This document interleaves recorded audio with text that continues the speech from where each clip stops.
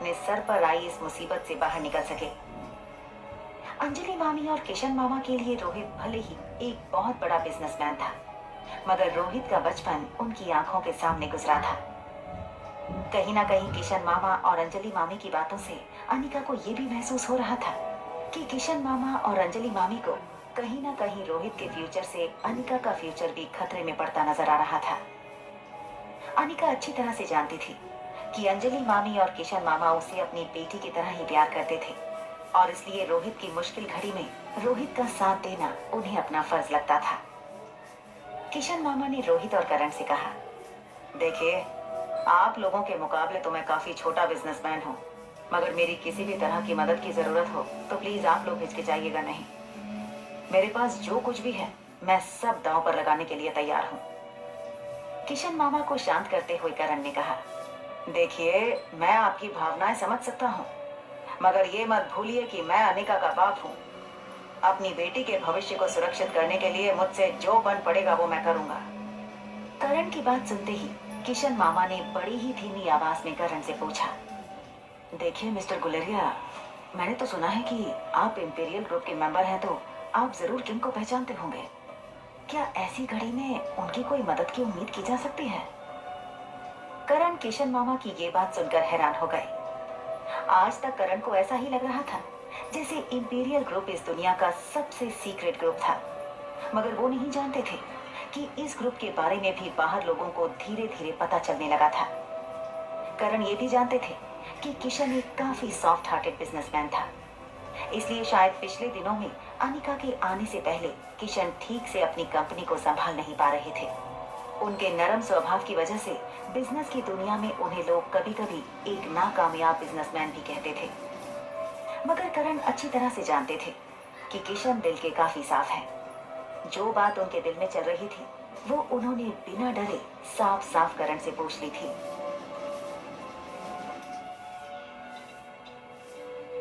करण अच्छी तरह से जानते थे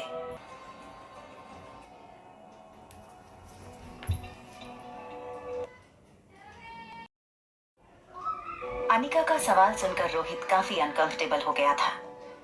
अनिका से अपनी पर्सनल लाइफ के बारे में कोई भी बात छुपाना नहीं चाहता था, मगर रोहित को इस बात का डर भी था कि अगर रोहित ने अनिका के सामने अपने किंग होने का सीक्रेट बता दिया तो हो सकता है कि अनिका रोहित के इस रूप को देखकर उससे रिश्ता तोड़ ले। वो नहीं जानता था कि अनिका इतने खतरनाक नाम के साथ अपनी जिंदगी को जोड़ना चाहेगी या नहीं। रोहित ने हमेशा ही अपनी किंग वाली इमेज को सीक्रेट ही रखा था। आज तक दुनिया में ये कोई नहीं जान पाया था कि रोहित ही द किंग है। चिराग, जिस पर रोहित को सबसे ज्यादा भरोसा था, उसके अलावा ये बात और कोई नहीं जानता था। अपनी इस इमेज को सीक्रेट रखने के पीछे रोहित के पास ये कारण भी था कि अगर लोगों को पता चल जाता है कि रोहित ही द किंग है तो ये मारवा खानदान और आर्यन की सिक्योरिटी के लिए काफी डेंजरस हो सकता था। और अब ना सिर्फ आर्यन बल्कि रोहित के सर पर जिम्मेदारियां लगातार बढ़ती जा रही थी। रिया, अलेक्जेंडर और खुद अनिका को भी रोहित किसी भी तरह की मुसीबत में नहीं डालना चाहता था। अनिका का सवाल सुनकर रोहित ने बिना वक्त गवाए अनिका से कहा, नहीं, मैं द किंग को नहीं जानता। अनिका के चेहरे पर परेशानी देखकर रोहित इतना तो समझ गया था कि अनिका किसी भी तरह द किंग से मिलना चाहती थी। शायद अनिका को द किंग से कोई काम था। रोहित ये तो नहीं जानता था कि आखिर अनिका को इतने खतरनाक द किंग के साथ क्या काम था, मगर रोहित इतना जरूर जानता था, बात बच्चों की और परिवार की सिक्योरिटी से जुड़ी होगी, जिसकी वजह से अनिका द किंग से मिलना चाहती थी। जब रोहित ने अनिका से कहा कि वो किंग को नहीं जानता तो अनिका के चेहरे पर मायूसी साफ नजर आने लगी, मगर अनिका भी जानती थी कि इस वक्त रोहित काफी ज्यादा डिस्टर्ब था। हंसराज के साथ जो कुछ भी हुआ था उसके बाद अनिका रोहित को और सवाल पूछकर परेशान नहीं करना चाहती थी। अनिका ने द किंग के बारे में रोहित को इसलिए पूछा था क्योंकि अब वो जान चुकी थी कि ईगल और कोई नहीं बल्कि उसका ही भाई आकाश गुलेरिया था। इससे पहले जब अनिका ने इंपीरियल ग्रुप की एक मीटिंग अटेंड की थी तब अनिका को यह शक हुआ था कि शायद उस ग्रुप में मौजूद ईगल ही रोहित है, मगर आज जब सबके सामने इस बात का खुलासा हो गया कि ईगल और कोई नहीं बल्कि आकाश और करण खुद है, तो अनिका ने समझ लिया था कि रोहित उस ग्रुप पर मौजूद नहीं था और इसीलिए अनिका ने रोहित से द किंग के बारे में सवाल पूछ लिया। रोहित जानता था कि अनिका उसके जवाब से खुश नहीं थी। रोहित ने अनिका को सुझाव देते हुए कहा, अगर तुम्हें उससे कोई इंपॉर्टेंट काम है तो तुम आकाश से बात कर सकती हो। तुम्हारा मैसेज अगर आकाश किंग तक पहुंचाता है तो हो सकता है तुम्हारा काम हो जाए। वैसे लोग कहते हैं कि वो बड़ा खतरनाक आदमी है, मगर मैंने सुना है कि वो काफी डाउन टू अर्थ आदमी है। बड़ी ही जल्दी से लोगों की मदद करने के लिए तैयार हो जाता है। अनिका इस वक्त रोहित को ज्यादा परेशान नहीं करना चाहती थी, इसलिए इस बात को ज्यादा आगे ना बढ़ाते हुए अनिका ने रोहित से पूछा, अलेक्जेंडर कैसा है अब? अनिका लगभग 3 दिन के बाद जागी थी। जैसे ही अनिका ने अपनी आंखें खोली, अनिका के मन में अलेक्जेंडर का ख्याल आया था। मगर एक के बाद एक घर में जो बातें हुई, उसके बाद अनिका को अब अकेले में रोहित के साथ बात करने का मौका मिला था। अनिका का सवाल सुनते ही रोहित ने अपनी नजरें झुकाकर कहा, वो ठीक है बिल्कुल। रोहित के चेहरे के रिएक्शन देखकर अनिका समझ गई थी कि जरूर कोई ऐसी बात थी जो रोहित अनिका से छुपा रहा था। अनिका ने रोहित से पूछा, तुम्हारी बात से मुझे ऐसा क्यों लग रहा है कि सब कुछ ठीक नहीं है? क्या हुआ है अलेक्जेंडर को? अनिका के चेहरे पर टेंशन देखकर रोहित ने अनिका के कंधे पर एक हाथ रखकर कहा, नहीं नहीं, चिंता करने की कोई बात नहीं है। दरअसल बात यह है कि अलेक्जेंडर की दिमागी ताकत पहले से 100 गुना बढ़ गई है, जो देखकर मैं काफी हैरान रह गया हूँ। जो मैथ के प्रॉब्लम यूनिवर्सिटी के बच्चे सॉल्व नहीं कर पाते, वो सारे प्रॉब्लम अलेक्जेंडर कुछ ही सेकंड में सॉल्व कर देता है। हालांकि आर्यन भी मैथ्स में काफी तेज है, मगर अलेक्जेंडर एक्स्ट्रा ऑर्डिनरी है।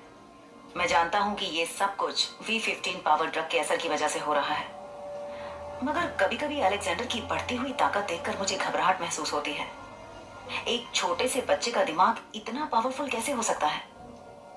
कभी कभी तो मैं ये भी सोचता हूँ कि क्या ये पावर ड्रग सचमुच कोई खतरनाक ड्रग है या इंसानों को हमेशा के लिए सुपर ह्यूमन बनाने वाली कोई दवाई है ये? अनिका जानती थी कि अलेक्जेंडर पर इसी तरह का कोई असर होगा, मगर अनिका ये भी जानती थी कि इंसान के शरीर में इस तरह के बदलाव आना उस दवाई का साइड इफेक्ट था और ना कि कोई नेचुरल तरीका जिससे इंसान के शरीर या दिमाग को विकसित किया जा सकता है। रोहित ने अनिका से पूछा, अनिका, अगर तुम V16 पावर ड्रग को पाने में कामयाब हो गई तो क्या तुम खुद भी उस ड्रग को अपने ऊपर आजमाना चाहोगी? रोहित का ये सवाल सुनकर अनिका के चेहरे पर हल्की सी मुस्कान आ गई। अनिका ने रोहित से कहा, क्या तुम्हें नहीं लगता कि मैं पहले से काफी ज्यादा अक्लमंद हूँ? फिर मुझे इस ड्रग की क्या जरूरत?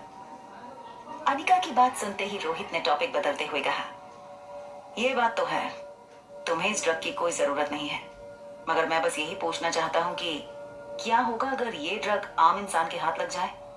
हर इंसान असाधारण हो जाएगा, इंसानों की शक्ति बढ़ जाएगी, और अगर ऐसा हुआ तो ये दुनिया पूरी तरह से बदल जाएगी। कोई भी इंसान दुखी नहीं होगा, जिसे जो चाहिए वो पा सकता है, हासिल कर सकता है, कोई कमजोर नहीं रहेगा। अनिका ने रोहित की बात काटते हुए कहा, और अगर ऐसा हुआ तो ये दुनिया जीने लायक नहीं रह जाएगी। हर आदमी एक दूसरे से लड़कर एक दूसरे को खत्म करने के बारे में सोचेगा। कहीं ना कहीं रोहित को भी अनिका की ये बात बिल्कुल सही लग रही थी। पावर ड्रग के जितने फायदे थे उससे कई ज्यादा बड़े नुकसान थे। अनिका ने अपनी बात आगे बढ़ाते हुए रोहित से कहा, ये दुनिया कई सालों से एवोल्यूशन के जरिए से आगे बढ़ रही है। हर जनरेशन अपनी पिछली जनरेशन से ज्यादा समझदार और ज्यादा ताकतवर होती चली जाती है, और इसी तरह से दुनिया आगे भी बढ़ती रहेगी। पावर ड्रग के सेवन से इंसान के शरीर में और दिमाग में वो ताकत आ जाएगी जो शायद आज से 400-500 साल के बाद इंसान के शरीर में पैदा होगी। इस वक्त इंसानी कौम इस तरह की ताकत के लिए तैयार नहीं है। अगर इस तरह की ताकत किसी एक इंसान में भी आ जाए तो वो पूरी की पूरी इंसानी कौम बर्बाद करने के लिए काफी हो सकती है। रोहित भी अच्छी तरह से जानता था कि पावर ड्रग जितना वरदान साबित हो सकता था, उतना ही बड़ा श्राप भी साबित हो सकता था। अनिका ने रोहित से कहा, चलो मुझे अलेक्जेंडर से मिलना है, मैं कपड़े बदलकर तैयार हो जाती हूँ, हम इसी वक्त जाकर अलेक्जेंडर से मिलेंगे। अनिका की बात में हामी भरते हुए रोहित अपने फोन पर चिराग को एक मैसेज टाइप करने लगा। अनिका ने रोहित को इस तरह देखकर हैरान होते हुए उससे कहा, क्या तुमने सुना मैंने क्या कहा? रोहित ने सिर्फ हाँ में अपना सर हिला दिया। अनिका रोहित के इस बर्ताव पर काफी शॉक हो गई थी। अनिका ने रोहित से कहा, मैंने कहा मैं कपड़े बदलना चाहती हूँ, मुझे लगता है तुम्हें कमरे से बाहर जाना चाहिए। इस बात पर मुस्कुराते हुए रोहित ने कहा, मेरे 3 बच्चों की माँ हो। चलो मानता हूँ अब तक हमारी शादी नहीं हुई, मगर बहुत जल्द हम शादी के बंधन में बंधने वाले हैं। बल्कि यूं कहा जाए कि जब हम एक दूसरे को पति पत्नी मान चुके हैं, फिर इस तरह की फॉर्मेलिटी का क्या मतलब है? अनिका रोहित की ये बात सुनकर अपना सर झुकाकर वहीं खड़ी रही। अनिका का चेहरा रोहित की बात से पूरी तरह से लाल हो गया था। रोहित को लग रहा था कि अनिका उसकी बात सुनकर शर्मा रही थी, मगर हकीकत ये थी कि अनिका का चेहरा गुस्से से लाल हो रहा था। इससे पहले कि रोहित अनिका को कुछ पूछता या कहता, अनिका ने सीधे रोहित को एक जोरदार धक्का दे दिया। रोहित कुछ सोच पाता या समझ पाता उससे पहले रोहित ने देखा कि वो कमरे के बाहर पहुंच चुका था। अनिका के धक्के में इतनी ज्यादा ताकत थी कि रोहित अपनी जगह से कम 4 मीटर दूर जमीन पर जा गिरा। जैसे ही रोहित जमीन पर गिरा, पीछे से अनिका ने कमरे का दरवाजा बंद कर लिया। रोहित के कानों पर अनिका की धीमी आवाज पड़ी। अनिका ने बेडरूम के अंदर से रोहित से कहा, आप चुपचाप खड़े रहो, मैं तैयार होकर आती हूँ। अनिका के इस बर्ताव पर रोहित को हंसी आ गई। कुछ देर बाद अनिका कपड़े बदलकर कमरे से बाहर निकली। रोहित और अनिका दोनों गुलेरिया हाउस से निकलने से पहले करण से मिले और कुछ देर उनके साथ बात करके वहां से चले गए। जब रोहित कार ड्राइव करके अपने विला की ओर जा रहा था, तब रोहित के ठीक बगल में बैठी अनिका ने अपना फोन निकाला और इंपीरियल ग्रुप पर आए कुछ नोटिफिकेशन पर टैप किया। अनिका ये देख कर हैरान हो गई थी कि अभी अभी इंपीरियल ग्रुप पर एक छोटी सी जंग छिड़ गई थी, द स्नेक और ईगल के बीच में। अनिका अच्छी तरह से जानती थी कि ईगल और कोई नहीं बल्कि खुद आकाश गुलेरिया था, मगर अनिका ये भी जानती थी कि इस वक्त आकाश वो अकाउंट हैंडल नहीं कर रहा था। जब अनिका गुलेरिया हाउस से बाहर निकली थी, तब करण मोबाइल पर बड़े ही ध्यान से कोई मैसेज टाइप कर रहे थे। अनिका समझ चुकी थी कि इस वक्त ईगल का अकाउंट करण हैंडल कर रहे थे। दरअसल द स्नेक ने ईगल को मैसेज करते हुए लिखा था, तुमने ये ठीक नहीं किया है। जानबूझकर मारवा ग्रुप ऑफ इंडस्ट्री के शेयर की कीमत तुम बढ़ाते रहे और अंत में मुझे 10 गुना ज्यादा दाम पर ये शेयर खरीदने पड़े। ये सब कुछ तुम्हारी वजह से हुआ है। तुम जानते नहीं हो कि तुमने इस ग्रुप के उसूल तोड़े हैं। द स्नेक को इस बात का जवाब देते हुए द ईगल ने लिखा, तुम ये कैसे कह सकते हो कि मैंने कुछ गलत किया है? बोली लगाई गई और बोली में तुम्हारी जीत हुई और अंत में द किंग ने तुम्हें वो शेयर भेज दिए। इसमें मैं कहां से गलत हुआ? अगर तुम्हें लगता है कि द किंग ने तुम्हारे साथ चीटिंग की है तो उनसे बात करो। अक्षय वर्मा ये बात अच्छी तरह से जानता था कि वो किसी भी कीमत पर द किंग से दुश्मनी मोल नहीं ले सकता था।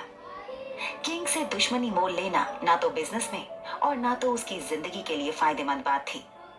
इसलिए ईगल को टारगेट करते हुए द स्नेक ने कहा, इसमें द किंग को बीच में लाने की कोई जरूरत नहीं है। द किंग तो इस ग्रुप के लीडर हैं। वो कभी अपने ही बनाए हुए रूल्स के खिलाफ नहीं जा सकते। तुम खामखा उनके मन में मेरे लिए नफरत पैदा करने की कोशिश मत करो। उन्होंने ये शेयर मुझे बेचने का फैसला इसलिए किया है क्योंकि वो जानते हैं कि तुम इतने शेयर खरीद सको उतनी ना तो तुम्हारी औकात है और ना ही तुम्हारे पास इतने पैसे हैं। इसीलिए उन्होंने ये डील मेरे साथ की है और मैं उनका बहुत आभारी हूँ कि उन्होंने मेरे साथ बिजनेस किया। द किंग के साथ बिजनेस करने का मतलब है कि वो मुझ पर विश्वास करते हैं। करण भी द किंग की ताकत और उसकी हैसियत अच्छी तरह से जानते थे, मगर करण काफी सेल्फ रिस्पेक्ट वाले आदमी थे। इसलिए डरने की बात का जवाब देते हुए ग्रुप पर करण ने लिखा, तो क्या किंग हम लोगों को अपने बराबर का नहीं समझते? और अगर ये बात सच है तो मेरे ख्याल से इसका जवाब द किंग खुद ही दे सकते हैं कि क्या सचमुच उन्होंने मुझे अपने साथ बिजनेस के लायक नहीं समझा, इसलिए तुम्हारे साथ सौदा किया है। अब जवाब किंग को देना होगा। करण ने सारा मामला अब किंग के हवाले कर दिया था। अनिका भी बड़े ही ध्यान से अपने मोबाइल स्क्रीन की ओर देख रही थी। अनिका देखना चाहती थी कि आखिर किंग इस बात का क्या जवाब देने वाला था।